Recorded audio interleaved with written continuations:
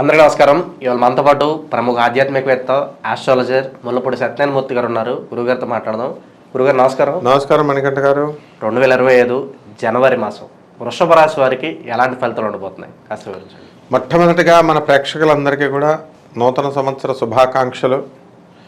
మనం opening batsmen మరి ఈ సంవత్సరం అంతా కూడా 2025 జాన్వరిలో వృషభ రాశి వారు సచిన్ టెండూల్కర్లా కొడతారనమాట. వీళ్ళంతా కూడా వృషభ రాశి వారికి ఈ జనవరి నెలలో స్పెషల్ ఏమిట్రా అంటే సంక్రాంతి పండగ బెనిఫిట్ లాగా వీళ్ళకి శుక్రుడు చాలా మంచి స్థానాల్లోకి వస్తున్నాడు.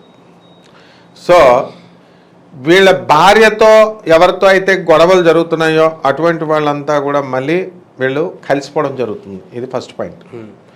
రెండవది, భార్యతో ఉన్నటువంటి వాళ్ళు వీళ్ళు మనకి సంక్రాంతి పండుగ వస్తుంది కదా, మనకి ఈ 14, 15, 13 భోగి, ఈ పండగలకు అంతా కూడా ఊర్లు వెళ్ళిపోతారు. శుభ్రంగా ఎంజాయ్మెంట్ నెల అనమాట ఇది. తాగుడే తాగుడు, కోడిపందాలే కోడిపందాలు. అప్పుడు భార్యలు తిడతారు కదా. కానీ వృషభ రాశి వాళ్ళకు బోనస్ ఏంటంటే భార్యలు ఎంకరేజ్ చేస్తారు. అసలు మీరంతా ఊర్లు ఎందుకు వెళ్తారు అనుకుంటున్నావు? ఈ మగాళ్ళంతా మొత్తం ఖాళీ అయిపోద్ది హైదరాబాద్ అంతా. ఎందుకనంటే కోళ్ళ పందాలు ఆడడానికి కాదు, తాగడానికి కాదు. సీక్రెట్ వృషభ రాశి వాళ్ళకి మాత్రమే తెలుసు.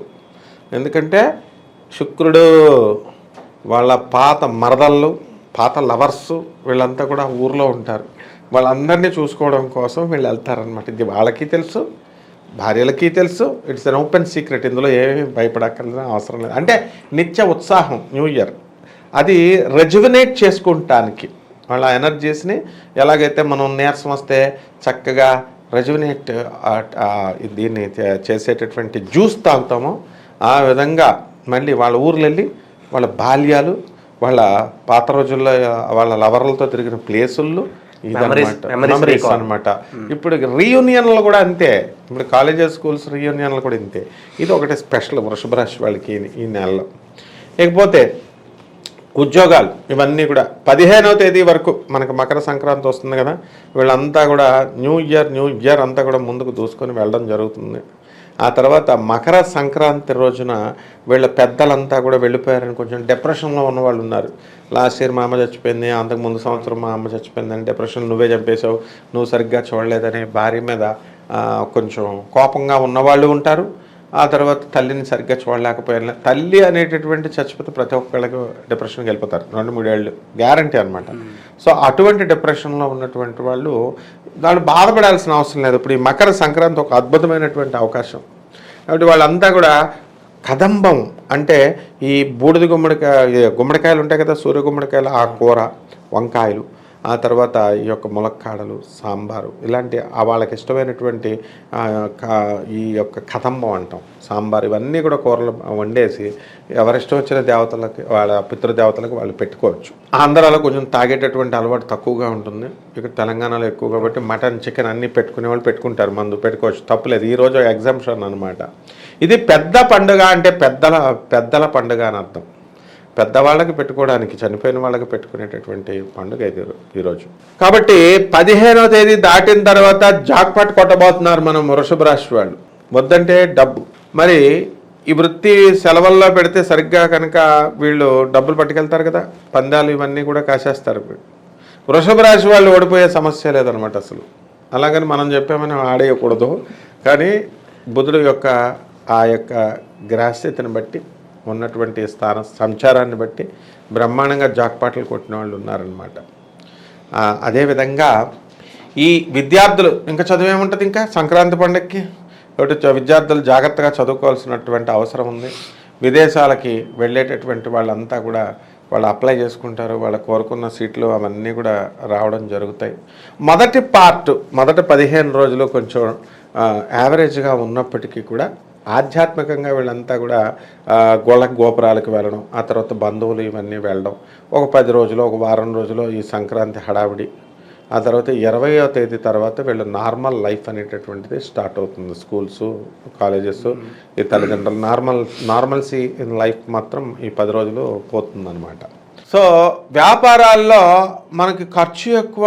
ఇక్కడ అందరికీ కూడా ఇండస్ట్రీస్లో వాళ్ళ ఎంప్లాయీస్కి బోనస్లు, గెనస్లు ఇవ్వడాలు ఇలాంటివన్నీ కూడా ఖర్చు ఉంటుంది. కాబట్టి ఇవన్నీ కూడా ఉంటాయి, ఇవన్నీ కూడా మీట్ అవుతారు వీళ్ళు.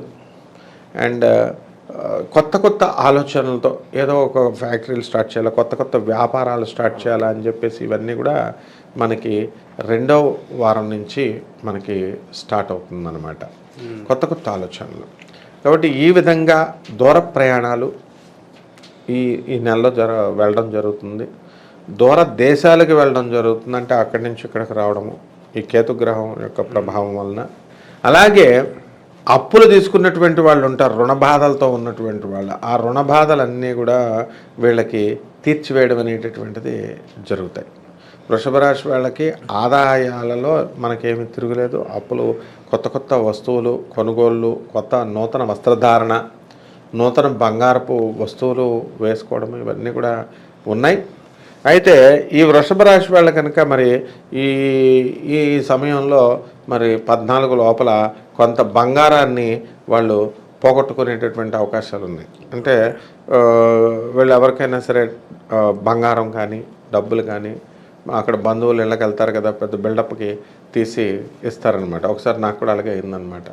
అందువలన ఏంటంటే, ఇదిగో చూడండి ఇంత డబ్బు ఉందని చెప్పేసి ఎవరిదో మా శిష్యుడిది ఇలా తీసి, మా స్టూడెంట్ది తీస్తే ఏంటనుకుంటున్నాం అని తీర్చిస్తే 5,000, ఒకసారి మాకు వాడికి ఇవ్వాల్సింది 10,000 అయితే 5,000 ఎక్స్ట్రా ఇవ్వండి, మేము రేపే ఇచ్చేస్తామని తీసుకున్నారు. ఇవ్వలేదు ఇంకంతే, నెలైనా సంవత్సరాలైనా. ఆ విధంగా ఈ యొక్క సంక్రాంతి రోజున బిల్డప్లు తగ్గించుకొని వీళ్ళు బంగారం కనుక ఇవ్వకపోతే ఆడవాళ్ళు బంగారం గీకుడే అనమాట ఈ వృషభ రాశి వాళ్ళ దగ్గర నుంచి. కాబట్టి ఈ విషయంలో చాలా జాగ్రత్తగా ఉండాలి. ఉద్యోగాల్లో ప్రమోషన్స్ ఇలాంటివన్నీ కూడా 2వ వారం నుంచి అవకాశాలు ఉన్నాయన్నమాట. గురుగారు, మరి ఈ రాశి వారు ఎటువంటి పరిహారాలు చేసుకోవడం ద్వారా మంచి ఫలితాలు పొందే ఆస్కారం ఉంటుందంటారు? వృషభ రాశి వారికి కేతు బాగుండలేదు, పంచమ స్థితిగతుడై ఉన్నాడు. కాబట్టి సంతానం విషయంలో కొంచెం డల్గా ఉండడము, వాళ్ళకి చిన్నది ఇదైనప్పటికీ కూడా కాస్త టఫ్గా అనిపించడం, ఇవన్నీ ఉంటాయి. కాబట్టి కేతు జపం చేసుకోవాలా, కేతు స్తోత్రాలు చదువుకోవాలా. కేతుకి కిలోంపావు ఉలవల్ని ఎంతో ఇవ్వాలి మనము. చిత్రవర్ణం కలిగినటువంటి కలర్ఫుల్ వస్త్రాలని ఇచ్చి పేద బ్రాహ్మణులకి సోమవారం నాడు ఉదయం 7 గంటలకి దానం చేయాలి. అలాగే గరికగడ్డతో గణేష్ మహారాజుకి ఉండ్రాళ్ళతో చక్కగా నివేదన చేసి ఈ నెలలో, అలాగే ధూమావతి అమ్మవారి యొక్క హోమాన్ని వీళ్ళ ఇళ్లలో చేసుకోవడం ద్వారా అద్భుతంగా ఈ నెల బ్రహ్మాండంగా ఉంటుంది. సంక్రాంతి నెలలో వృషభ రాశి వారికి ఎలాంటి ఫలితాలు ఉంటాయి, అలాగే మీరు చేసుకోవాల్సిన పరిహారాలు తెలియజేసినందుకు ధన్యవాదాలు. ధన్యవాదాలు.